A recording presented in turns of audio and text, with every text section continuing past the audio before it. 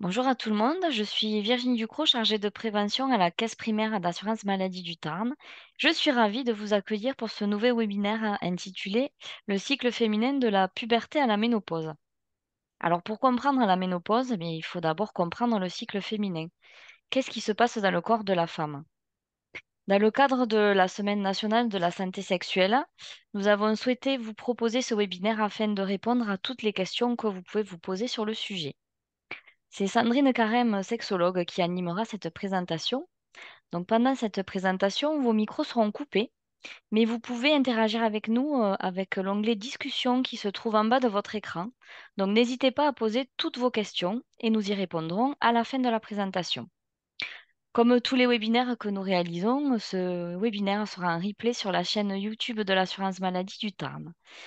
Donc je vais vous laisser avec Sandrine Carême et n'hésitez pas à poser vos questions. À tout à l'heure. Bonjour à toutes, peut-être tous. Bonjour à tous. Donc, je suis Sandrine Carême. Merci beaucoup, Virginie, de m'accueillir dans ce webinaire que j'ai le plaisir d'animer sur le cycle féminin. Donc, en effet, on a la chance d'être pendant les semaines, puisqu'en Occitanie, en fait, on a une quinzaine de la santé sexuelle. Alors, je voulais, d'entamer cette aventure du cycle féminin, rappeler ce qu'était la santé sexuelle, parce que ça me semble important. La santé sexuelle, en fait, selon l'Organisation mondiale de la santé, c'est en fait un état de bien-être émotionnel, mental et physique. Et je crois que c'est important, finalement, d'avoir quelques clés de compréhension, notamment du cycle féminin, pour savoir finalement si ce qu'on vit ça fait partie en fait de... Il n'y a pas de normalité en santé sexuelle, mais en tout cas, voilà, si c'est quelque chose de lié à notre physiologie, en fait, ou si peut-être il y a un facteur à s'inquiéter, dans ce cas-là, d'aller consulter. Alors, juste pour me présenter brièvement, je suis sexologue, j'exerce en fait en cabinet à Toulouse et je reçois en fait pour du conseil individuel ou de couple. Et puis, je suis formatrice et éducatrice à la sexualité. Donc, éducatrice à la sexualité et plus globalement à la vie affective et sexuelle, ça signifie en fait que j'interviens, par exemple, dans des établissements scolaires ou auprès d'adultes pour informer et donner des clés en fait de compréhension de la sexualité, qui reste encore, même si heureusement on en parle de plus en plus, un sujet un peu tabou. Et ce cycle féminin, finalement, parfois, il est aussi tabou ce qui fait qu'on peut se poser des questions sur certaines étapes de vie. Voilà, notamment la ménopause, en fait. Alors, je ne sais pas, comme je ne connais pas, je ne sais pas qui est derrière l'écran est concerné, soit par exemple, accompagner en fait son adolescente, pardon, dans les premières étapes, et donc par la puberté, ou si vous vous posez des questions sur la ménopause. Voilà, en tout cas, je tâcherai d'y répondre pendant ce webinaire. Alors. Ce que nous avons prévu, en tout cas ce que j'ai prévu de dérouler pendant cette heure qu'on a ensemble. Bien sûr, je réserverai un temps aux questions que vous n'allez pas manquer, j'espère, de poser dans le chat. Peut-être une petite introduction sur ce cycle féminin, en fait, qu'est-ce que c'est? Et puis, voilà, je vais m'attarder vraiment sur deux grandes étapes finalement de vie que sont la puberté et la ménopause. Et puis, voilà, quelles sont les difficultés aussi liées au cycle féminin? Qu'est-ce qui peut m'alerter et qu'est-ce qui mérite aussi que peut-être j'aille consulter en fait pour en savoir plus et puis, bien entendu, ne pas vivre avec des souffrances, des difficultés, des douleurs. Je pense que voilà, ça serait quand même dommage euh, de ne pas pouvoir trouver une solution aux souffrances que je peux rencontrer et qui seraient liées en fait à ce cycle féminin.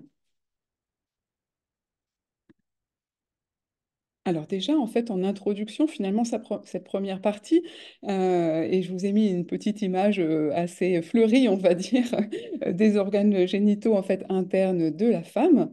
Euh, de cycle féminin, finalement, de quoi parle-t-on?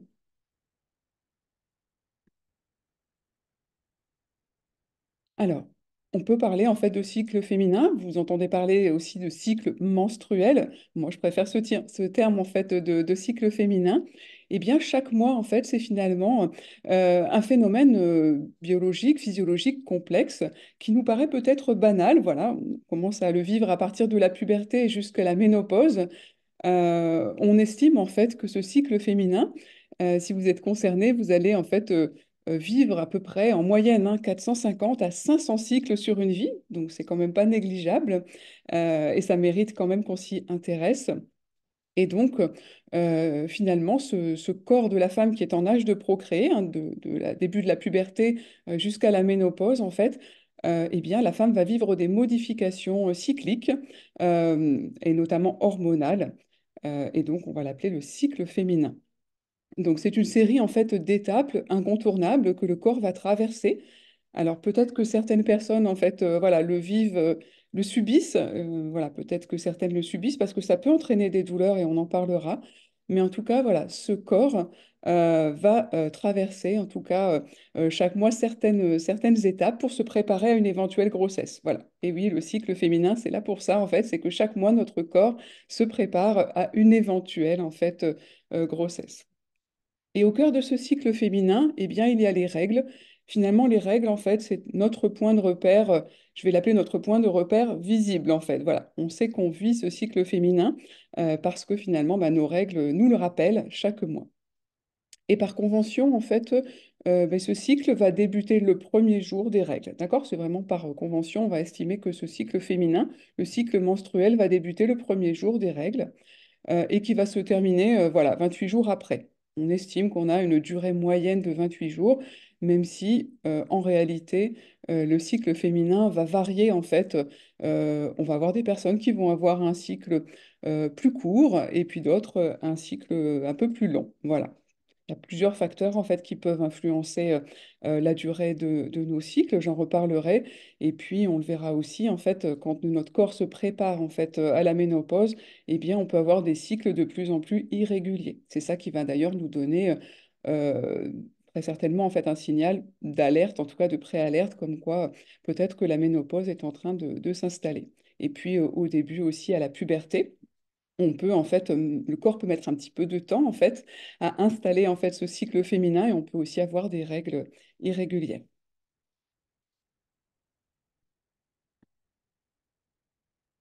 Alors, je vous ai remis un schéma que je vais expliquer voilà, rapidement. Je ne voudrais pas non plus vous rappeler vos cours, on va dire, de biologie ou de SVT, comme on les appelle, en fait, où on découvre en fait comment finalement fonctionne en fait ce cycle féminin, ce cycle menstruel. Voilà, tourné autour évidemment de finalement la fonction en fait de reproduction et notamment voilà, centré autour de l'ovulation finalement. Donc retenez en fait qu'il y a plusieurs phases, en fait, plusieurs phases dans ce cycle menstruel. Donc comme je vous l'ai dit, en fait, par convention, on va estimer en fait que les règles en fait signent le premier jour de ce cycle menstruel. D'accord? Donc voilà, et donc l'ovule n'est pas fécondé et donc la muqueuse de l'utérus en fait va se détacher, ce qui va entraîner les règles. Ce sont des saignements en fait qui proviennent de l'utérus et vont s'écouler par le vagin. D'accord? On le sait en fait que si finalement l'ovule a été fécondé, eh bien des signaux d'alerte hein, pour les personnes qui sont déjà voilà, qui sont là en train de nous écouter, qui ont soit vécu, soit qui souhaitent vivre en fait une grossesse, que voilà, l'arrêt des règles en fait peut être un signe en tout cas d'alerte comme quoi une grossesse en fait a éventuellement débuté. D'accord? Donc là, on est dans le cas en fait où l'ovule n'a pas été fécondé en fait, et puis on va dire l'utérus qui s'était préparé, la muqueuse en fait, si vous voulez, qui s'était épaissie, euh, eh bien en fait se détache et provoque des saignements. Et on a cette phase, en fait, les règles font partie de ce qu'on appelle en fait la phase folliculaire. Donc on a voilà, plusieurs follicules pardon, ovariens, des petits sacs en fait qui vont permettre à l'ovocyte en fait d'évoluer et de grossir en fait sous l'effet des hormones. Et puis à la fin de cette phase, il y a un des follicules qui va arriver à maturité. Et ensuite, on va considérer qu'au milieu de cycle, en fait, hein, généralement à mi-cycle, c'est-à-dire au 14e jour d'un cycle de 28 jours, eh bien, il y a en fait cette expulsion en fait, de l'ovule, voilà, et ça va être la phase dite donc d'ovulation, d'accord, vers le 14e jour. Et puis une autre phase, la dernière phase en fait, qui s'appelle en fait la phase lutéale. Donc voilà, c'est vraiment la dernière partie en tout cas de ce cycle. Donc, soit il y a en fait fécondation, soit il n'y a pas en effet fécondation. Et là, en fait, les hormones vont baisser. Et puis, la partie épaisse, en fait, de l'utérus va se préparer, en tout cas, à être détruite.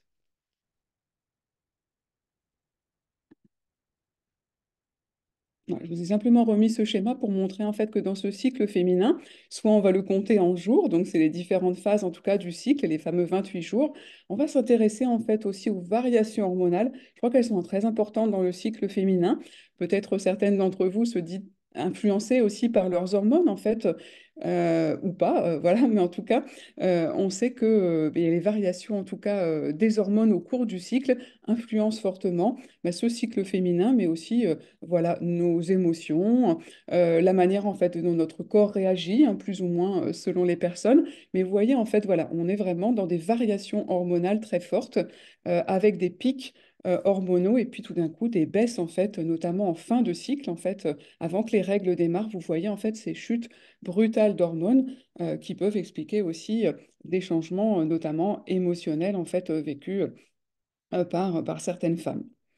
Et le cycle en fait ovarien, qui est le cycle là en fait, voilà, je vous ai parlé de la phase folliculaire en fait, et puis jusqu'à l'ovulation.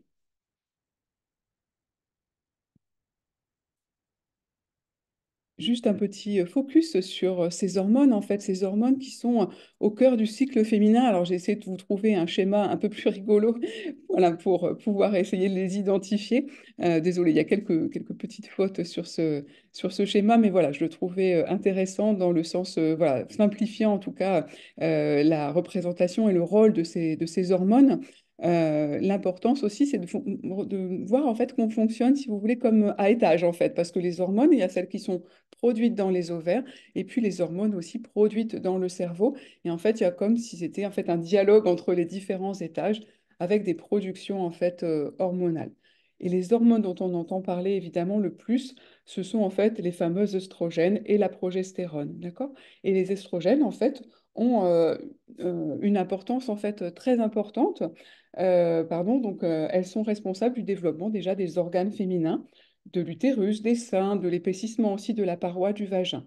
C'est elles en fait qui vont préparer, c'est ces hormones qui vont préparer en fait le corps à pouvoir concevoir un enfant. Mais pas seulement. Ces oestrogènes en fait jouent plusieurs rôles clés. Ils sont essentiels notamment dans le bon fonctionnement de l'organisme féminin. Ces hormones en fait vont agir sur le cerveau, vont aider à la consolidation des os. Et c'est pour ça qu'on s'y intéressera en fait parce que la chute d'œstrogène en fait à la ménopause en fait peut justement avoir ben, un rôle en fait sur ben, notre fonctionnement, en tout cas notre bon fonctionnement de notre organisme. Peuvent aussi améliorer la qualité de la peau et des cheveux. C'est les hormones aussi qui vont féminiser en fait notre voix. Et elles jouent en fait un rôle important, ces œstrogènes, en fait, dans notre équilibre hormonal, dans notre bien-être hormonal féminin et sur le plan émotionnel. Parfois, on les appelle les hormones de la bonne humeur et du bien-être. Et puis, elles peuvent aussi avoir un rôle en fait sur bah, voilà, la peau, les cheveux, enfin, voilà, en tout cas, voilà, des hormones évidemment très importantes. Et la progestérone, en fait, qui va être une hormone complémentaire avec les oestrogènes. Et tout au long du cycle, en fait, ces hormones vont agir ensemble en fait, pour un équilibre hormonal réussi.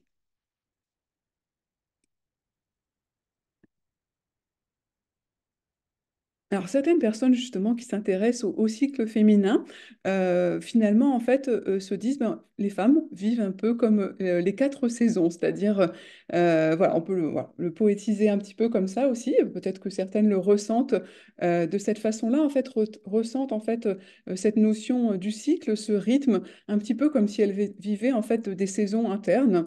Euh, avec parfois une énergie en fait importante et puis à d'autres moments en fait un désir peut-être, une envie de se replier parce que voilà, se sentent en tout cas soit voilà, en difficulté parce que avec une phase prémenstruelle qui peut être aussi pas forcément toujours évidente en fait à vivre au gré justement des fluctuations hormonales et puis voilà, pendant les règles aussi, parfois, on peut vivre, pour certaines femmes, en fait, elles vont en fait expliquer qu'elles ont peut-être une libido importante en fait au niveau de la sexualité, et en même temps, voilà, elles sont pas forcément à l'aise parce qu'on peut retrouver la peau qui est plus grasse, par exemple, en fait, voilà. Donc, on va vivre en fait tout au long en fait de notre cycle finalement un peu cette impression de ressentir en tout cas des fluctuations un peu cycliques. euh, qui peut nous donner voilà cette impression en fait de recommencer et de ne pas toujours en fait être finalement dans une énergie identique. Alors, je ne veux pas dire que l'homme est lui beaucoup plus linéaire en fait, parce qu'on peut aussi, il vit aussi des fluctuations hormonales liées à la testostérone, mais quand même en fait, voilà, c'est pas du tout en fait la même dimension que ce cycle féminin. Si on parle de cycle féminin, c'est qu'il y a vraiment une raison. Et donc, c'est essentiel en tout cas de pouvoir se connaître et donc de s'observer, d'observer son corps, ses variations, d'observer éventuellement aussi les émotions. Est-ce que notre concentration, en fait, est la même pendant toutes les phases de notre cycle? Ce que je peux conseiller en fait à certaines femmes qui se sentent en fait, peut-être que certaines d'entre vous se sentent en tout cas avec des énergies, des humeurs différentes pendant en tout cas leur cycle, eh bien pourquoi pas, c'est de noter un petit peu tout ça, tout ce qui revient, et puis d'essayer, hein. Alors c'est pas évident parce que notre société elle s'adapte pas vraiment en fait au cycle féminin. On sait qu'on a le travail qui vient interférer, qu'on attend certainement de vous d'avoir toujours la même énergie, mais de pouvoir voilà, accepter aussi que eh bien, notre énergie, elle peut fluctuer en fait au gré de ces fluctuations hormonales. Alors bien sûr, je suis pas du tout en train de rentrer dans cet esprit parfois voilà, qu'on peut avoir des remarques sexistes que l'on peut vivre en disant oui, elle a ses règles, c'est pour ça qu'elle est de mauvaise humeur. En fait, hein, on peut aussi de très bonne humeur pendant qu'on a ses règles, mais simplement, je trouve que c'est bien de reconnaître aussi dans notre société que bah, le corps féminin, il est quand même soumis en fait à des variations hormonales, et puis comme je vous l'indiquais, que ce corps, en fait, finalement, tous les mois, il se prépare à une grossesse, et donc c'est quand même pas négligeable, et que ça a des conséquences aussi sur notre bien-être finalement, et donc sur notre santé sexuelle. Je sais qu'on vous donnera les ressources en fait, voilà, en fin de webinaire, mais tout au long en fait de la présentation, vous verrez, j'ai mis des petites ampoules qui clignotent, et donc à chaque fois des références en fait, voilà, si vous souhaitez aller plus loin sur certains thèmes que je vais aborder. Parce qu'en une heure, on n'a pas tout le temps de tout voir. Voilà, je vous ai mis quelques références si vous voulez creuser un petit peu plus. Et là, notamment, en fait, il y a un livre que j'aime bien qui s'appelle J'optimise mon cycle féminin, donc de Judith Castro, et qui a justement réfléchi à finalement comment finalement j'accepte en fait de vivre ben, au gré de ce cycle, et puis peut-être d'accepter d'avoir des énergies différentes et de m'adapter aussi en fonction de ces différentes énergies.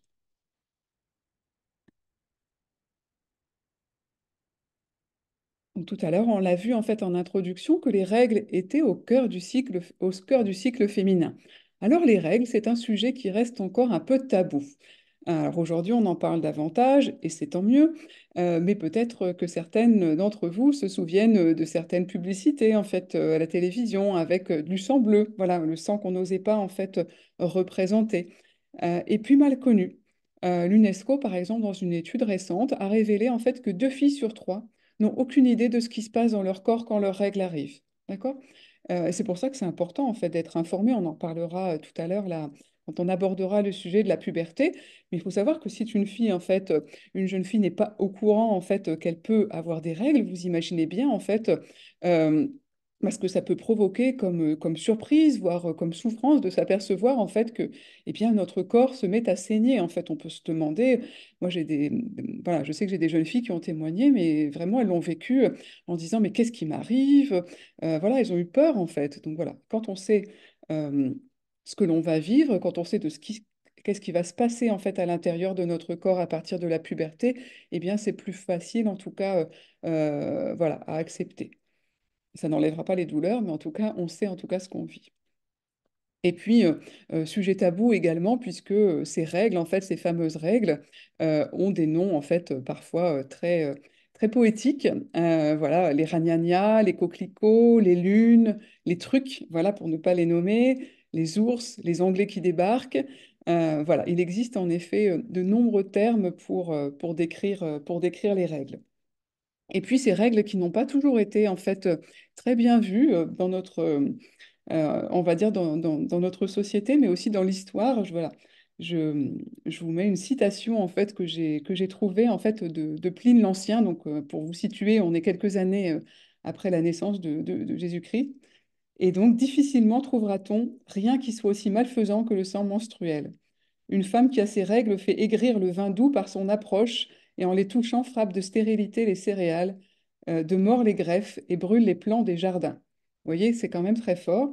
Mais n'oubliez pas que, il y a encore des dictons en fait aujourd'hui, comme quoi par exemple, si vous faites une mayonnaise pendant vos règles, eh bien elle va être ratée. Voilà. Donc c'est pas forcément une image positive en tout cas qui est associée aux règles. Voilà. Et c'est bien dommage parce que ça fait quand même partie en tout cas du cycle féminin et donc, c'est important en tout cas d'en parler. Aujourd'hui, en éducation à la sexualité, lorsqu'en fait on parle des règles, on peut faire le choix en fait de s'adresser qu'à un public de filles et puis de leur expliquer ce qui se passe dans leur corps, soit aussi d'en parler enfin, avec un public mixte. Donc un public mixte, c'est des filles et des garçons, pour quand même informer aussi les garçons de ce qui se passe dans le corps des filles et des femmes, ce qui permet de mieux comprendre finalement et peut-être être aussi moins, par exemple, dans la moquerie, parce qu'une fille en fait aura taché son pantalon parce que voilà, elle s'était pas aperçue qu'elle avait ses règles ou peut-être une protection qui n'a pas bien tenu. En tout cas, de pouvoir voilà, regarder ça en tout cas avec bienveillance parce que ce sujet sera moins tabou. En tout cas, nous, c'est quelque chose qu'on défend dans notre approche sur la vie affective et sexuelle, de pouvoir en parler à tous les publics, en tout cas filles et garçons également, pour mieux comprendre et pour lever certains tabous. Aujourd'hui, en fait, il y a des difficultés pour certains papas, par exemple, lorsque les premières règles arrivent, d'aller dans un magasin et puis d'oser acheter voilà, peut-être un paquet de serviettes de protection, en tout cas hygiénique, ou de tampons, par exemple.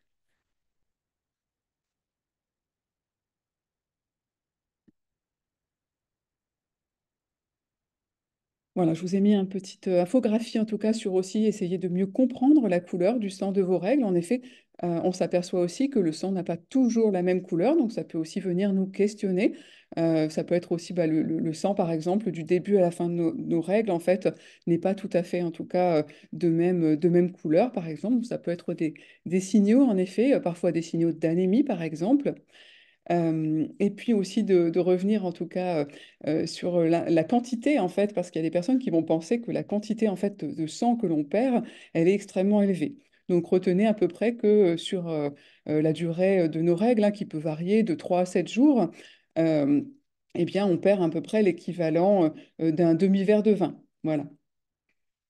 Et quelques signaux d'alerte, hein, et voilà, parfois ça peut être en effet la couleur de nos règles qui peut nous alerter. Si les règles, en fait, elles durent longtemps, ça peut être aussi un signe, quand je dis d'alerte, ça veut dire au moins aller pour baisser l'inquiétude, en tout cas, peut-être d'aller voilà, consulter son médecin traitant ou sa sage-femme, en tout cas, pour pouvoir questionner. Si les règles aussi ont cessé pendant plusieurs mois, ou si des saignements, en fait, apparaissent entre les menstruations. Voilà, il y a en fait des éléments, évidemment, selon son âge, hein, qui peuvent être ben, le début en tout cas l'annonce de la ménopause, mais ça peut être aussi d'autres symptômes. Il faut savoir en fait que dans notre société, notre environnement joue beaucoup en tout cas sur nos règles. On peut, par exemple, hein, si on vit une période de stress très élevée, il y a des femmes, par exemple, qui vivent un épuisement professionnel important, un burn-out, eh bien, leurs règles, en fait, vont subir aussi parfois hein, ce stress, cet épuisement. Et puis, par exemple, eh bien, elles vont avoir soit un espacement de leurs règles, soit au contraire des règles qui vont durer plus longtemps. Voilà, notre corps, en tout cas, réagit aussi finalement à ce qu'on vit en fait et ce qu'on subit aussi de l'extérieur.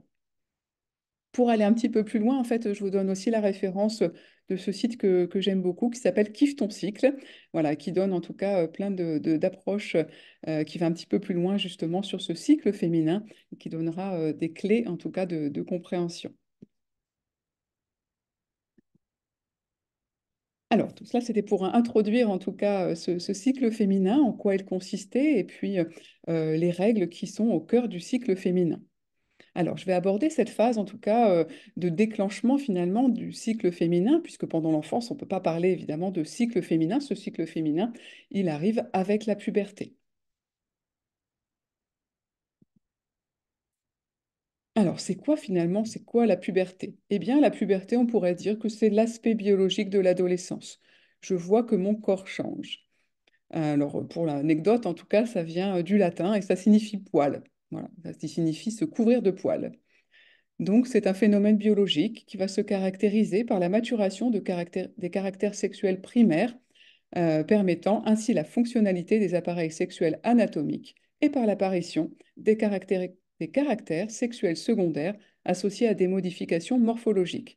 Voilà, explication bien compliquée, mais on va voir ensuite quels sont en fait les signes justement de cette apparition des caractères sexuels secondaires et qui vont justement en fait montrer l'apparition en tout cas de la puberté. Cette puberté, elle peut s'amorcer vers 8 9 ans chez les filles. Voilà. Il faut savoir que on se rend compte aussi depuis plusieurs années en fait qu'il y a des pubertés on va dire plus précoces, en tout cas qu'elles arrivent plus précocement chez les filles. Voilà, a priori, on s'inquiète plus quand elles commencent à s'amorcer, en tout cas vers cet âge-là.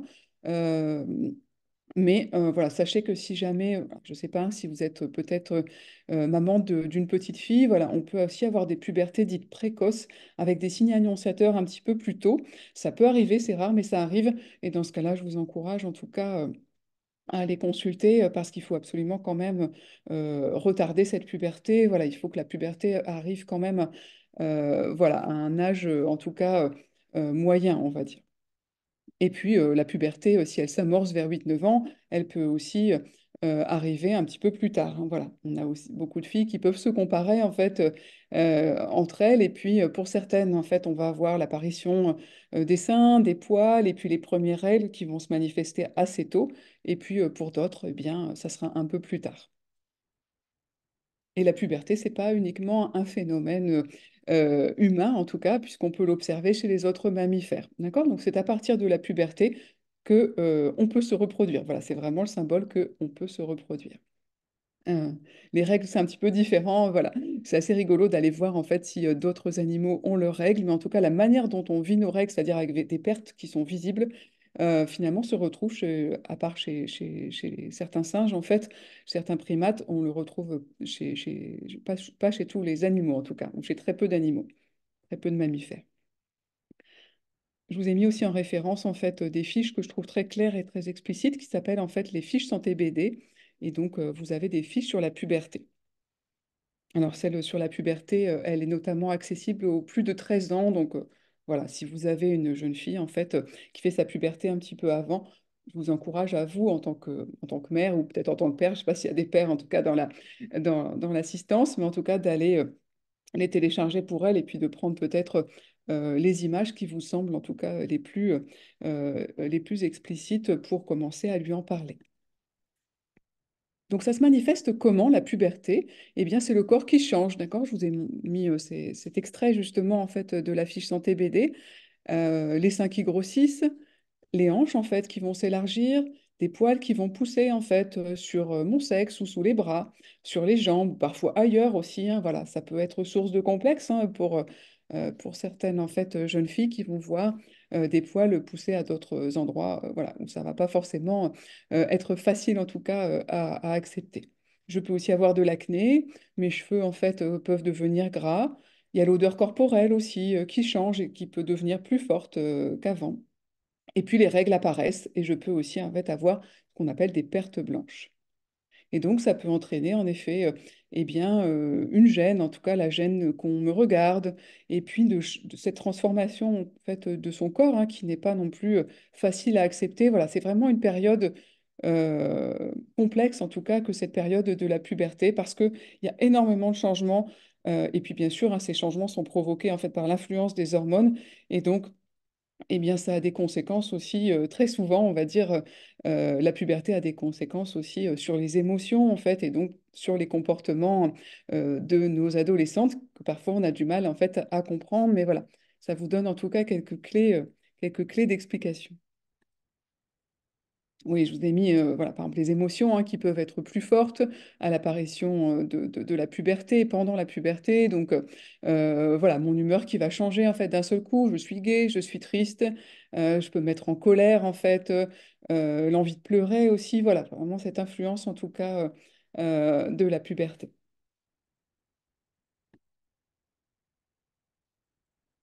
Donc c'est vraiment cette période de transition entre l'enfance en fait et l'âge adulte.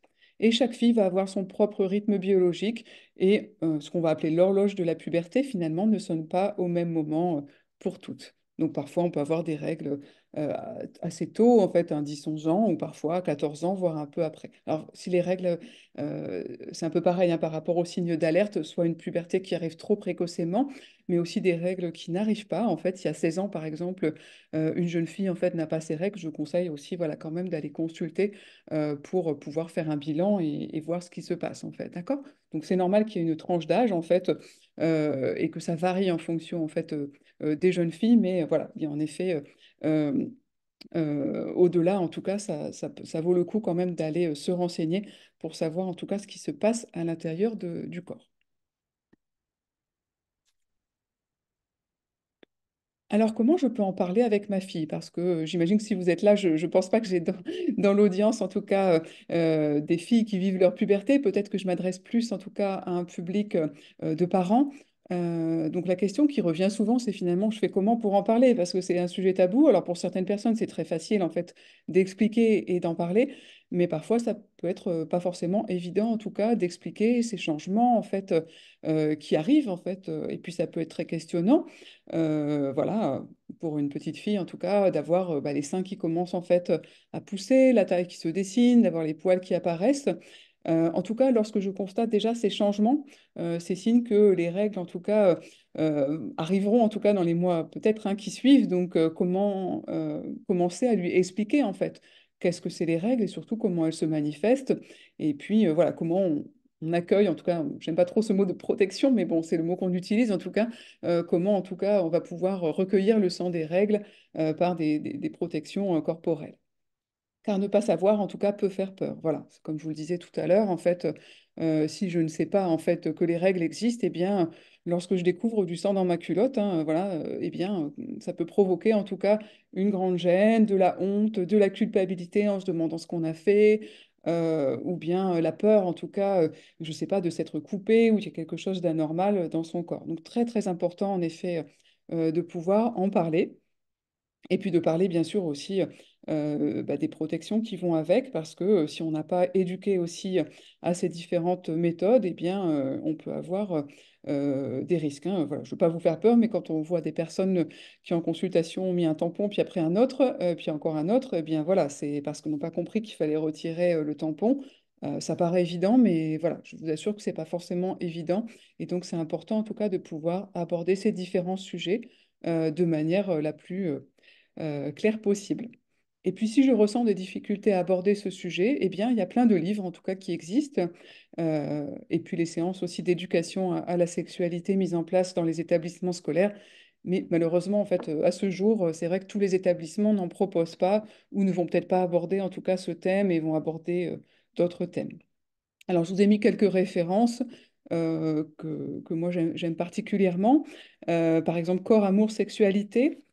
Si on me voit à l'écran, vous me voyez, donc je vais pouvoir montrer ce livre que j'aime beaucoup de Charline Vermont, qui va reparler vraiment de toutes les questions qu'on peut se poser, que les questions que les enfants peuvent vous poser.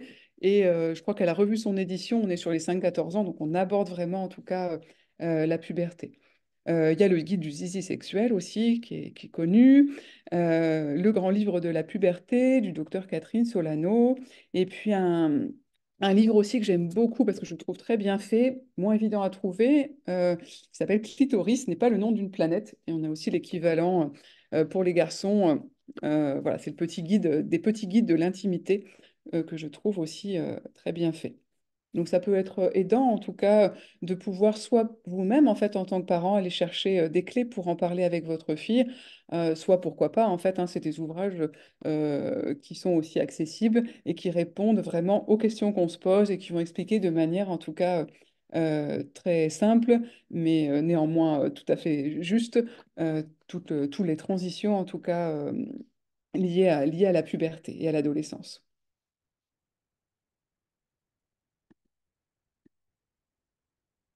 Donc ces fameuses voilà, protections menstruelles, je fais juste un point vraiment très rapide, mais en tout cas les différentes méthodes pour absorber le sang des règles. Donc c'est bien, je pense, de présenter aussi au moment de la puberté bah, qu'est-ce qui existe. Après, en fonction de l'âge, on n'est pas forcément en tout cas voilà, prête à mettre déjà une cup menstruelle, hein. Ce que l'on voit au milieu en tout cas de l'écran, c'est ce qu'on appelle une coupe ou une cup menstruelle, en fait, qu'on va introduire en tout cas voilà, dans le vagin pour pouvoir recueillir le sang des règles. Mais il y a d'autres systèmes, on va dire, d'autres protections menstruelles. Ben, on connaît bien sûr les tampons et puis les serviettes, serviettes jetables et aujourd'hui des serviettes lavables en fait, hein. Voilà, tout dépend aussi de voilà, si vous souhaitez donner une dimension plus écologique, hein. On sait que je vous ai dit tout à l'heure qu'on vivait dans une vie 450 à 500 cycles dans sa vie, donc ça représente quand même beaucoup de protections périodiques. Et donc, on peut choisir, en tout cas, pour des questions environnementales, de privilégier, en tout cas, certains modes, en tout cas, de protection. Ça peut être notamment, moi, ce que je conseille beaucoup aux ados, en fait, ça peut être notamment les culottes lavables, en fait. Voilà, je trouve elles sont chouettes à adapter en fonction des différents flux, hein, parce qu'on a des ados qui vont avoir des flux plutôt légers et moyens, et puis d'autres qui ont déjà, en tout cas, des flux abondants. Mais voilà, je pense que c'est des bons systèmes, en tout cas pour absorber en tout cas le sang des règles. Et puis, commencer à leur peut-être à leur dire en fait de noter sur un agenda. Il y a aujourd'hui plein d'applications qui existent, qui sont bien faites, hein, même des applications gratuites, hein, pas nécessairement l'idée de prendre une application payante, mais de pouvoir noter sur un agenda le premier jour des règles. Et cela permet aussi de suivre son cycle. Voilà, évidemment, après, quand on est plus grande et enfin plus âgé, pardon, et puis qu'on a des souhaits d'un désir d'enfant, eh bien là, on va suivre son cycle pour voilà, connaître les périodes d'ovulation, mais dès la puberté, ça peut être intéressant pour, comme on le dit, ne pas être surprise quand les règles arrivent et puis avoir toujours peut-être une méthode, en tout cas, pour se protéger ou bien aussi pour suivre éventuellement l'absence de règles, en fait, parce qu'en effet, voilà, si on s'aperçoit que les règles n'arrivent pas, ça peut être en effet un facteur d'inquiétude. Donc voilà, je conseille en tout cas de pouvoir noter tout cela. Sur la contraception, voilà, je vais assez vite là-dessus. Je vous ai juste mis un petit focus sur les différents modes de contraception. Moi, je vous invite à voir un webinaire qui était très bien fait déjà par la CPM du Tarn, justement. Je crois que c'était Santé sexuelle, se protéger avant l'été, et qui est en ligne également sur YouTube. Et un site aussi qui est très bien fait, qui s'appelle Question Sexualité, choisir sa contraception. Et vous avez en fait tous les modes de contraception avec finalement, bah, c'est des contraceptions hormonales, chirurgicales, thermiques, naturelles, etc. Voilà. Et puis adapté aussi en fonction, il y a évidemment des méthodes de contraception plus ou moins adaptées aux différents âges de la vie. Et on sait que notre contraception va évoluer tout au long de la vie d'une femme et qu'elle va être nécessaire lorsqu'on débute en tout cas une vie sexuelle partagée. Et donc ce site, en fait, il est très bien fait. Alors, j'avance un peu, je vous fais juste un petit zoom sur le consentement, parce que ça me semblait quand même important que le consentement, bah, ça s'apprend. Pendant l'enfance, on va poser en fait les bases du consentement. Elles devraient en tout cas avoir été posées ou elles ont été posées. Notamment, je respecte mon corps et je respecte celui des autres. Et je pense qu'à l'adolescence et au moment de la puberté, c'est important aussi de rappeler en fait à votre adolescente que son corps lui appartient. Parce que la puberté, c'est aussi l'âge des premières, on va dire souvent, hein, des premiers émois sexuels, en tout cas, peut-être des relations qui vont des marais ou en tout cas, voilà, des souhaits plus importants, en tout cas liés à la sexualité, et donc de pouvoir rappeler en fait les règles, on va dire, du consentement, euh, qu'un consentement en fait doit être libre, il doit être éclairé, il doit être révocable aussi et enthousiaste. Donc, pour pouvoir dire que si on n'a pas envie ou si on n'a plus envie, eh bien, on peut dire non. D'accord? Et je vous ai mis quelques séries, en fait, des films aussi qui abordent ce sujet. Il y a notamment donc la série Sex Education sur Netflix. Alors, je la conseille peut-être pas hein, pour les 11-12 ans, mais peut-être voilà, si les ados un petit peu plus tard, en tout cas, peuvent regarder cette série. Alors, je vais passer à la ménopause, voilà, je fais le grand saut entre la puberté, en fait, voilà, qui signe en fait les débuts du cycle féminin, et puis la ménopause, en fait, qui va finalement, je vais dire conclure le cycle féminin, mais qui ne conclut pas la vie de la femme. Je trouve ça très important. On va vivre en fait quand même plusieurs années, même des décennies, en fait, a priori, voilà, et c'est tout ce que je souhaite à tout le monde, de vivre longtemps finalement, le plus longtemps possible. Voilà, on va vivre en tout cas avec la ménopause, et donc c'est important de pouvoir en connaître en tout cas les différents aspects. Donc la ménopause, déjà, c'est un phénomène naturel. Ce n'est pas une maladie. Je pense que c'est important de le rappeler. Euh, Même si en fait elle va être porteuse de symptômes qui ne sont pas forcément agréables, mais ce n'est pas une maladie. Et la ménopause, en fait, va correspondre à l'arrêt de l'ovulation et de la fin des menstruations. Donc c'est la fin des règles et qui va être aussi lié à un bouleversement hormonal intense. Ça me semble important de dire que on parle beaucoup de la puberté quand on parle des bouleversements hormonaux. Et pour certaines femmes, en fait, le témoignage que j'ai, c'est finalement que la ménopause, en tout cas l'arrivée de la ménopause, la période en tout cas de transition, euh, qui va amener la fin des règles, eh bien, parfois c'est une seconde puberté, en fait, hein. Voilà, les bouleversements hormonaux peuvent être tellement importants que finalement, tous les signes, en tout cas, enfin les signes émotionnels, notamment que l'on a vu tout à l'heure pour la puberté, eh bien, on peut aussi les retrouver en fait lorsque la ménopause s'installe. Donc voilà, des bouleversements hormonaux en fait liés aussi à des chutes hormonales. Donc le signe incontournable de la ménopause, c'est l'arrêt des règles, et on va vraiment parler de ménopause quand les règles en fait ont cessé depuis 1 an. Alors l'arrêt, il n'est pas brutal, hein, c'est pas du jour au lendemain que on va dire ah bah là je suis ménopausée. En général, il y a des signes en tout cas qui vont en fait se manifester avec une période de transition qu'on va appeler en fait la périménopause. Une période qui peut durer voilà, entre 2 et 4 ans. Et la ménopause, en fait, va se manifester entre 45 et 55 ans. On peut avoir des ménopauses plus précoces et des ménopauses plus tardives. C'est exactement comme la puberté. Là, moi, je peux juste vous donner des âges moyens, donc avec un âge moyen d'à peu près 50 ans, mais c'est vraiment très variable, en fait, en fonction des personnes. Voilà. Et on estime en fait que chaque année en France, eh bien, il y a 400 000 femmes qui entrent dans la ménopause, en tout cas qui sont voilà, ménopausées. Donc c'est pas négligeable, c'est un sujet dont on parle finalement peu et qui mérite en tout cas qu'on s'y attarde très certainement davantage. Donc ça se manifeste comment? Un peu comme la puberté, ben, la ménopause, ça se manifeste comment?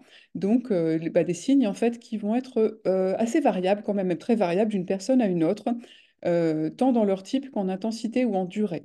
D'accord? C'est-à-dire qu'il y a des personnes qui vont ressentir ces différents signes pendant quelques mois, d'autres quelques années, et puis pour certaines personnes, ça va être vraiment invivable, et d'autres personnes qui vont vivre en fait cette période de transition de manière en tout cas beaucoup plus calme et beaucoup plus clémente.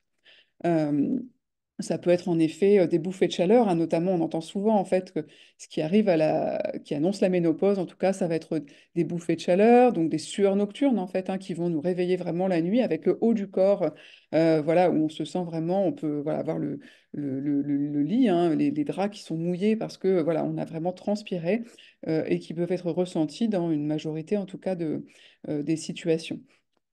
Ça peut être la prise de poids également, en fait, hein, qui va être un des signes. Voilà, notamment dans la région abdominale, en tout cas, d'accord, peut se concentrer, en tout cas ici. Des troubles donc du sommeil, hein, les troubles du sommeil qui peuvent être causés justement par ces sueurs nocturnes, en tout cas davantage d'insomnie, un manque d'énergie, ou en tout cas une énergie qui va encore plus fluctuer à l'arrivée, à l'approche, en tout cas, de la ménopause. Ça peut être des troubles articulaires, en fait, des douleurs qu'on peut ressentir, par exemple, dans les poignets, voilà, à d'autres endroits du corps. Et puis une sécheresse vaginale également, voilà, qui peut se manifester. Voilà, donc des signes en tout cas qui peuvent nous alerter. Mon moral a changé, je suis fatiguée, j'ai grossi, j'ai des bouffées de chaleur, mes rapports sexuels sont plus difficiles, j'ai mal à la tête. Voilà, ça peut être en tout cas des signes en tout cas d'alerte. Donc ça se manifeste comment? Donc on peut avoir en effet de l'ostéoporose, donc une perte de tissu osseux en tout cas qui va s'accélérer et qui peut entraîner en tout cas un risque plus élevé de fracture. Le risque cardiovasculaire également augmente en fait, parce qu'en fait les oestrogènes nous protègent, si vous voulez. Donc voilà, jouent ce rôle de protection, de barrière protectrice. Et donc la santé cardiovasculaire des femmes, il faut le savoir, à la ménopause, eh bien, c'est important d'en parler. euh, Parce qu'aujourd'hui, c'est aussi un tabou et ça me semble important de pouvoir en tout cas parler de ce sujet parce qu'aussi ça peut agir sur notre santé et notamment en tout cas les risques cardiovasculaires peuvent être augmentés. Donc, pas là pour vous faire peur, mais en tout cas, voilà, en tout cas d'en parler, je pense que c'est important. Et puis le risque de cancer du sein aussi qui peut parfois en fait augmenter. En tout cas, là, augmenter si la ménopause survient après 55 ans, donc d'être attentif hein, aussi encore à son corps et au changement en tout cas de son corps. Et puis des troubles urinaires, hein, de l'incontinence aussi qui peuvent se manifester. On y fait très attention parce que si par exemple vous avez des signes cliniques de la ménopause qui s'annoncent assez tôt, ça peut arriver, hein, il y a des personnes en fait des femmes en tout cas qui peuvent être ménopausées assez tôt, parfois au début de la quarantaine, eh bien quand même évidemment d'aller consulter parce que tous ces risques en tout cas augmentent et voilà, c'est important quand même de pouvoir peut-être hein, se faire prescrire un traitement, parfois un traitement hormonal pour venir en tout cas compenser en tout cas la baisse des hormones qui peuvent avoir des risques en tout cas importants. Parce que de l'ostéoporose à 40 ans, c'est quand même voilà, quelque chose qui alerte en tout cas et pour lequel il faudrait voilà, ne pas laisser s'installer en tout cas cette situation. Donc oui, c'est possible de mieux vivre sa ménopause en fonction des signes que l'on a, hein. Bien sûr, si tout va bien, eh bien tant mieux. Il y a des femmes en fait qui vont déclarer qu'il n'y a pas de changement pour elles à la ménopause. Mais si en effet, par exemple, eh bien, vous sentez une sécheresse vaginale, eh bien, on peut investir, pas très cher, je parle d'investissement, mais on achète un lubrifiant, voilà, parce que ça peut entraîner des douleurs hein, si on force voilà, avoir une sexualité sans lubrifiant avec une sécheresse vaginale, eh bien, on peut se retrouver avec des troubles en tout cas de la sexualité et puis des douleurs en tout cas qui seraient fort dommages en tout cas pour des relations sexuelles épanouies. Euh, voilà, on en parle aussi à un spécialiste, en tout cas une spécialiste, d'aller voir son médecin traitant, son gynécologue, sage-femme bien entendu, aller voir un psychologue ou une psychologue en tout cas pour en parler si on sent en effet ces bouleversements émotionnels.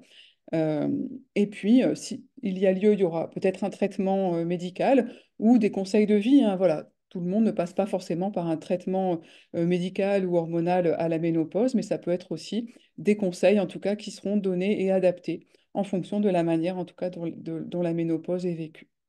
Et puis, peut-être que comme ce sujet est tabou, eh ben, on n'ose pas en parler. Donc, c'est oser davantage, en tout cas, en parler, témoigner de ce que l'on ressent avec des amis, avec son ou avec sa partenaire ça me semble important aussi pour pouvoir peut-être passer cette étape, en tout cas, plus facilement.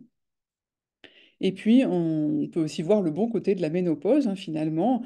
Plus de charge, ce qu'on appelle la charge contraceptive, en tout cas, plus besoin de se préoccuper de sa contraception. Il n'y a plus de règles. Donc, voilà, pour certaines femmes, en tout cas, ça peut être aussi une libération de ne pas avoir ces règles tous les mois. Et donc, voilà, il faut aussi voir ce bon côté et ne pas voir la ménopause uniquement comme quelque chose de négatif, comme c'est un peu le cas dans notre société, où la ménopause, en fait, est vécue comme bah, finalement est synonyme de vieillesse et puis pour voilà malheureusement avec tous les tabous euh, et puis toutes les injonctions en tout cas qui pèsent aujourd'hui sur les femmes. Donc je vous ai mis aussi deux références. Bouffée de chaleur, briser le tabou de la ménopause. Et puis aussi un livre que j'aime bien, c'est le regard un peu des sciences sociales, on va dire, sur la ménopause, la fabrique de la ménopause, et pour montrer aussi, en fait, malheureusement, qu'on a fait un peu de la ménopause une maladie, alors que c'est une étape, en fait, l'arrêt des règles est une étape de la vie des femmes, et c'est voilà, comment aussi on peut en faire quelque chose si ce n'est de positif, mais en tout cas de se dire que ça fait partie de la vie et d'arrêter de voir ça comme quelque chose de négatif. Et les conséquences sur la sexualité, puisque souvent, en fait, on s'interroge sur, mais avec la ménopause, en fait, est-ce que ma vie sexuelle sera moins épanouie? Alors, la ménopause, c'est en effet la fin de la fertilité, donc en effet, voilà, la fin de la reproduction, si on veut, voilà, ce côté de la sexualité centré sur la reproduction, mais c'est pas la fin de la sexualité. Et chaque femme, heureusement d'ailleurs, puisqu'on a à peu près peut-être 30 années à vivre ou plus ménopausée, en tout cas sans règles, Donc, heureusement qu'on peut avoir une vie sexuelle épanouie aussi. Et chaque femme, finalement, va vivre la ménopause à sa manière. Il y a des personnes qui vont témoigner qu'elles n'ont eu aucun changement, en fait, dans leur sexualité après la ménopause. D'autres qui, au contraire, ont vu en fait un rebond même de leur sexualité, car elles se sentent finalement libérées de cette charge contraceptive et des règles. Parce que pour certaines femmes, en fait, qui ne souhaitaient pas avoir de relations sexuelles pendant leurs règles, eh ben, il y avait une partie du mois eh bien, où elles ne faisaient pas, elles n'avaient pas de rapport sexuel. Et là, finalement, elles se sentent libérées. Et puis d'autres, en fait, qui témoignent, euh, on est à peu près à 40% en tout cas, donc c'est pas négligeable, avoir une sexualité en effet plus compliquée. Liée à une baisse de désir, liée à ce que je vous disais tout à l'heure, c'est-à-dire bah, une sécheresse en fait vaginale, et puis aussi à une baisse de l'estime de soi, avec bah, les changements en fait que l'on peut vivre, si par exemple, eh bien, on se sent voilà, grossir par exemple, eh bien, on peut en fait avoir moins confiance en soi, avoir moins d'estime pour soi. Donc, c'est comment en fait on va travailler aussi sur bah, finalement comment s'accepter et accepter aussi que son corps change et que ça fait partie aussi de la vie. Après, on accepte et puis si on a, il y a aussi évidemment des solutions, entre guillemets, mais ça peut être aussi de se faire préconiser, un peu peut-être de reprendre ou en tout cas de continuer une activité physique ou d'adapter une activité physique en fait à la ménopause pour pouvoir, bah, si on estime par exemple avoir pris trop de poids et qu'on aimerait retrouver en tout cas un poids plus acceptable pour soi, et c'est OK, eh bien, c'est par exemple réadapter son alimentation tout en se faisant plaisir, hein. L'idée, c'est pas de se contraindre non plus, et puis avoir une activité, en tout cas physique adaptée. Et ça, c'est bien aussi de consulter quelqu'un qui pourra, en tout cas, vous préconiser l'activité physique adaptée et l'alimentation adaptée pour ne pas faire n'importe quoi. Par exemple, il y a des sports qui vont pas forcément être indiqués si vous avez des risques d'ostéoporose. On va vous conseiller certains sports peut-être plus doux, par exemple, et qui vont être très bons par rapport à cette phase, en tout cas, euh, de ménopause. Alors, pour conclure, avant de laisser la place à quelques questions, je vais aller vite en tout cas là-dessus, mais on pourra y revenir si vous avez des questions. Tout dépend si en effet on est concerné, mais il y a en effet des difficultés possibles en lien avec ce cycle féminin. Donc là, j'ai parlé en effet on va dire, de l'entrée dans le cycle féminin avec la puberté et de la sortie, on va le dire comme ça, du cycle féminin avec la ménopause. Mais pendant en fait ce cycle féminin, pendant les années en tout cas où l'on vit ce cycle, eh bien, on peut parfois être sujette à certaines difficultés.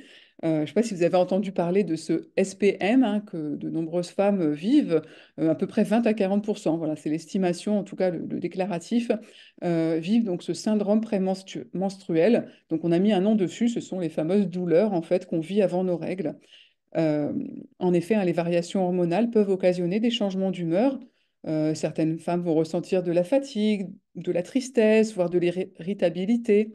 Et puis des douleurs aussi. Ça peut être des maux de tête, ça peut être des douleurs dans le bas-ventre également, voilà, qui vont être ressenties. Donc le syndrome prémenstruel, ça va être tous ces symptômes en fait finalement liés à l'arrivée des règles.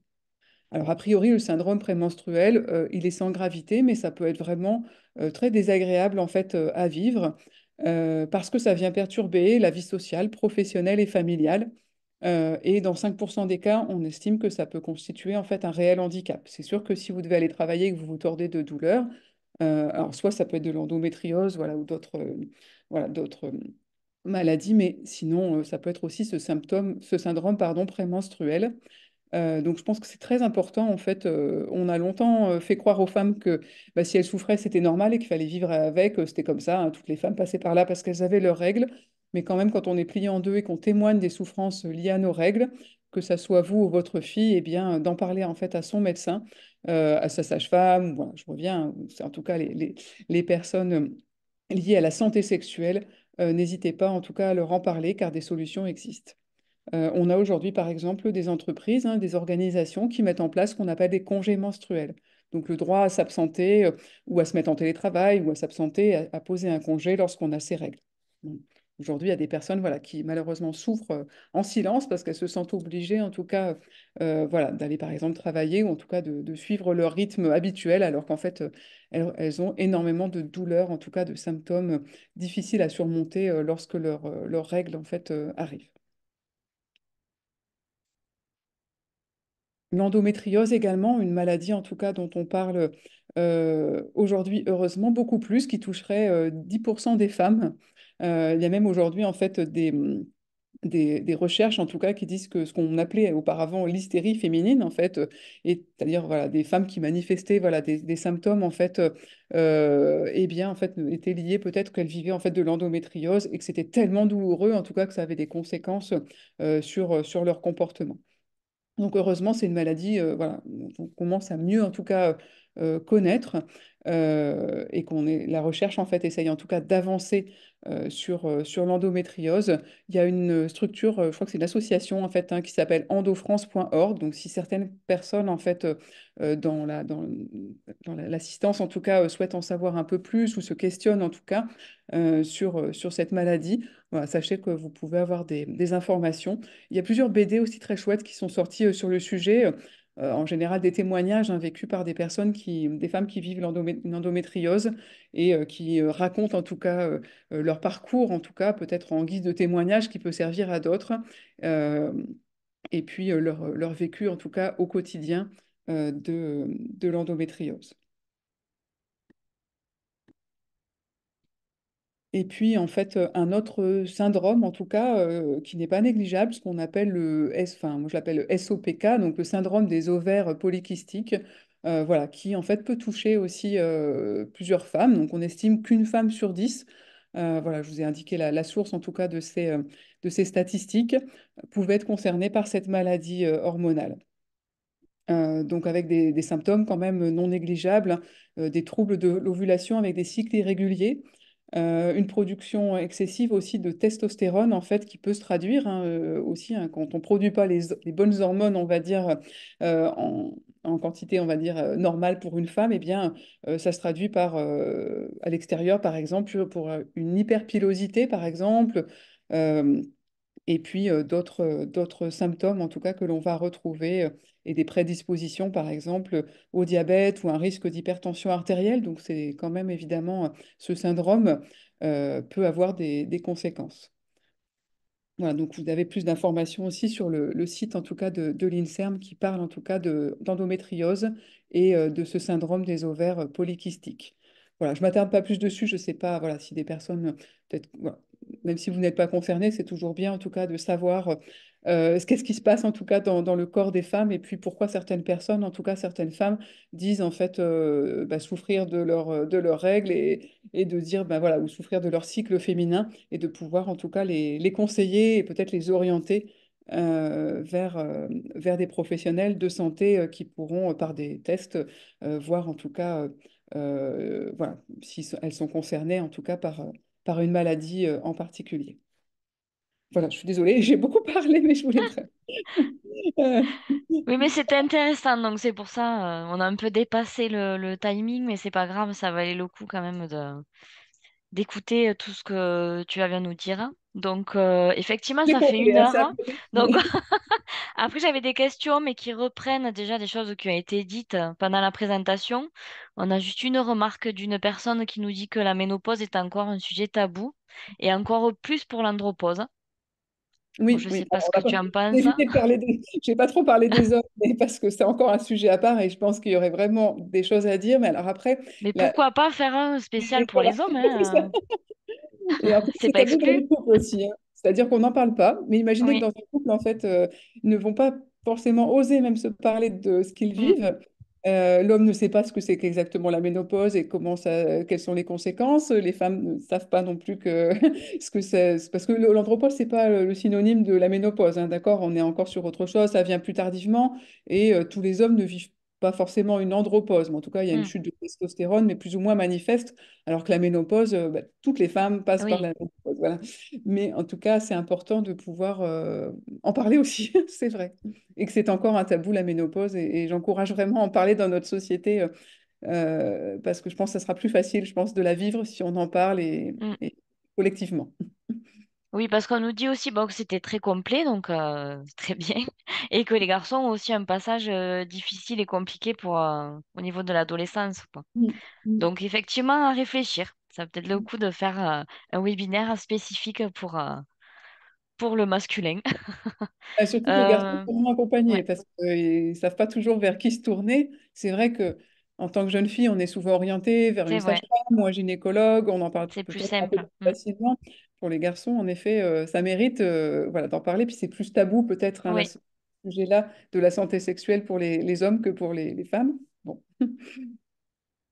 Peut-être prendre une question pour au niveau puberté, une question ménopause, et puis après, de toute façon, voilà, on arrêtera là parce qu'on a déjà un peu débordé, donc bon, on peut prendre quand même 5-10 minutes de plus. Alors, pour information, les sages-femmes peuvent aussi recevoir les garçons. Oui, C'est vrai oui. qu'on ne le sait pas forcément, Mm, c'est bon à savoir. mm. Je voulais dire aussi que au niveau des outils ou des références dont tu as parlé tout à l'heure, où il y avait les petites ampoules, on pourra retrouver en fait toutes les références sous le replay du webinaire qui sera à disposition donc sur la chaîne YouTube de l'assurance maladie, donc j'en ai parlé tout à l'heure. On vous le mettra dans les commentaires en dessous. Voilà, si vous voulez aller vérifier, si vous n'avez pas eu le temps de noter. Ça sera fait. Alors, au niveau de la puberté, on en a quand même parlé, mais bon, quels sont les premiers signes de la puberté chez la fille et à quel âge les règles peuvent arriver? Ah bah, enfin, elles peuvent arriver assez tôt en fait. Alors il faut regarder voilà quand les premiers signes de la puberté, souvent c'est pas les règles en fait. Ça va plutôt être vous allez en fait observer chez une petite fille en fait ce que j'appelle le bourgeonnement des seins, c'est-à-dire en fait les seins commencent à pousser. Ça peut être aussi des variations. Alors, parfois on va me dire c'est subtil, mais vous allez voir que le c'est plus vraiment tout à fait un corps d'enfant en fait. Vous allez avoir les hanches qui commencent en fait à se dessiner. Voilà, on sent vraiment qu'il y a une différence en fait qui se crée au niveau du corps de la fille et du corps du garçon en fait. Voilà, on le sent encore un peu plus. Ça peut être aussi des poils qui commencent à pousser. Après, c'est très variable en fait en fonction déjà parfois la pilosité, c'est génétique aussi. Donc il y a des petites filles, Mm. elles ont pas forcément beaucoup de poils et puis d'autres où ça va apparaître plus vite sur les jambes par exemple. En fait, hein, on va avoir voilà et puis bien sûr sous les bras en fait ou au niveau du pubis par exemple voilà qui vont être des signes. Euh, voilà, par exemple, en fait, hein, donc 8 9 ans. Et puis, voilà, aujourd'hui, hein, on se rend compte que, par exemple, les règles chez les filles arrivent. Bon, voilà, aujourd'hui, ça peut être CM2, en fait, hein, pas Mm. d'inquiétude. Si les règles arrivent en CM2, on se rend compte que, voilà, je vous donne ce repère parce que souvent, on se dit à quel âge ça va arriver, on prend un repère scolaire. Mais voilà, il n'est pas rare, d'où l'intérêt quand même de travailler aussi avec les établissements scolaires, les écoles, en fait, hein, sur ces Mm. sujets-là, parce que c'est pas négligeable. On a tendance à centrer la puberté sur le collège. Alors plus pour les garçons, en effet, parce que leur puberté elle est un petit peu plus tardive, mais sur les petites filles, enfin sur les filles hein, qui deviennent voilà, passent de la fille à l'adolescente, en tout cas, voilà, ça arrive de plus en plus tôt. Pourquoi Donc, plus les en règles en CM2, il n'y a pas besoin voilà, de s'inquiéter plus que ça. C'est vraiment si plus? ça arrive beaucoup plus tôt. Ah oui, oui, oui, oui. Si vraiment vous voyez des signes de la puberté qui se manifestent à 6 7 ans, là, j'encourage vraiment à les consulter, en fait, parce qu'il faut D'accord. retarder, très certainement. Enfin, on va voir ce qui se passe, hein. Moi, je suis pas le médecin, mais je vais pouvoir, enfin, on va regarder s'il ne faut pas mettre, en effet, des retardateurs, en tout cas, de puberté, parce que ça peut avoir des conséquences et il faut quand même laisser voilà, la puberté, elle ne s'installe pas non plus à 6 ans, en fait, hein, parce que ça peut avoir des conséquences Mm. physiologiques, d'accord? Parce que le corps, il n'est pas prêt à absorber tout ça. Enfin, parce que la puberté, c'est quand même le signe que, voilà, on peut procréer. Enfin, c'est quand même particulier. Et puis, ça s'accompagne quand même de changements, en fait, émotionnels importants Ouais. liés à l'adolescence.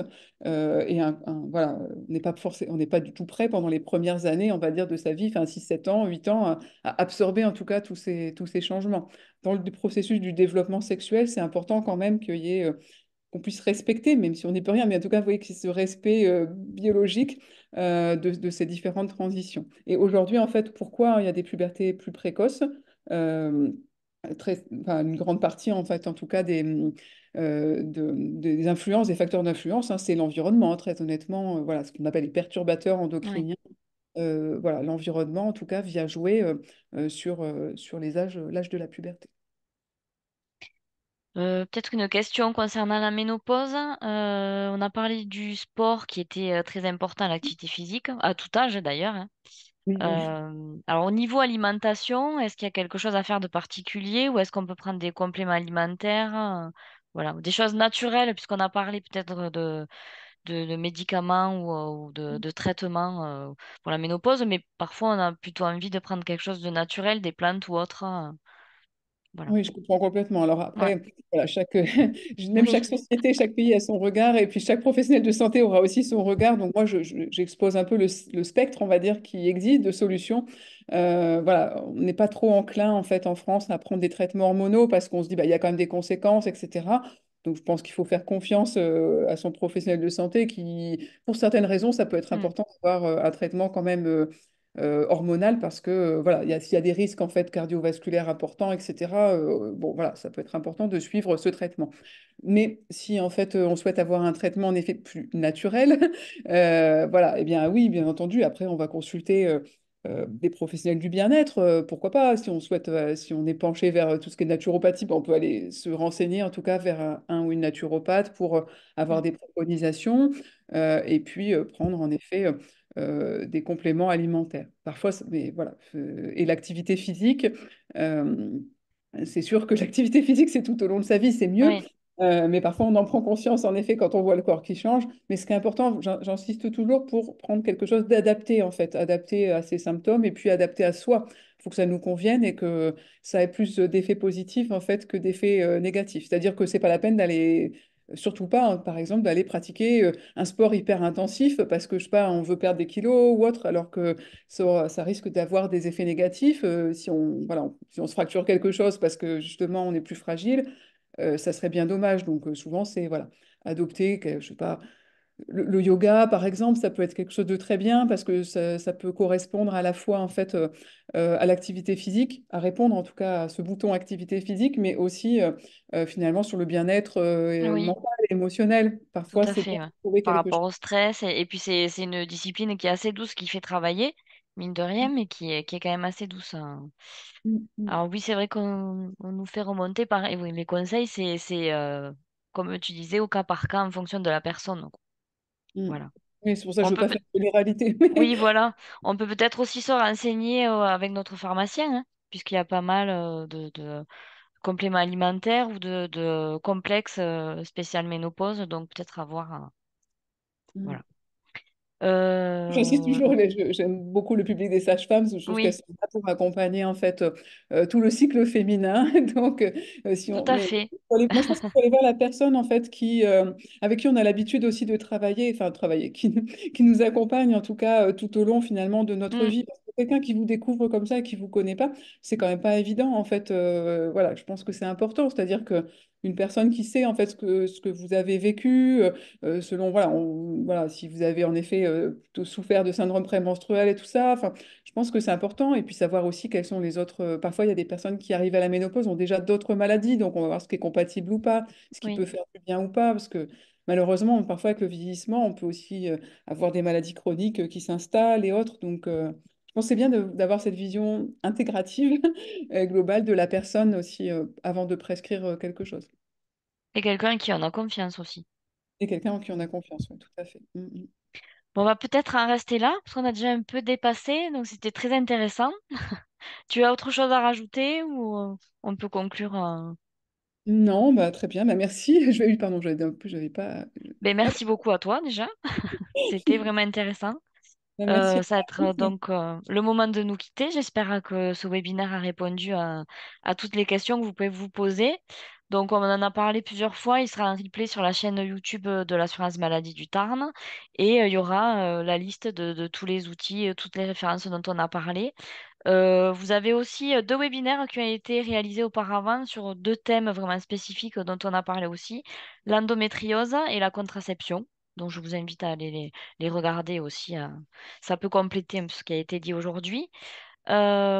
Sinon, vous allez avoir, quand vous allez faire mes zooms, un petit questionnaire satisfaction. Donc je vous invite à le compléter et à nous le retourner. Ça nous permet d'avoir voilà, vos suggestions, vos remarques, et de nous aider à avancer pour les futurs webinaires, hein. Quant à moi, je vous donne rendez-vous lundi après-midi, en fin de journée à 18 h pour un nouveau webinaire, mais sur une autre thématique, les 1 000 premiers jours, en fait, en partenariat avec la PMI. On parlait des perturbateurs endocriniens, mais là, c'est un environnement sain et sûr pour votre enfant. Donc, on reste finalement un peu dans le thème. Il me reste plus qu'à vous dire bonne journée, prenez soin de vous et à bientôt. Au Merci revoir. à toutes et tous. Au revoir.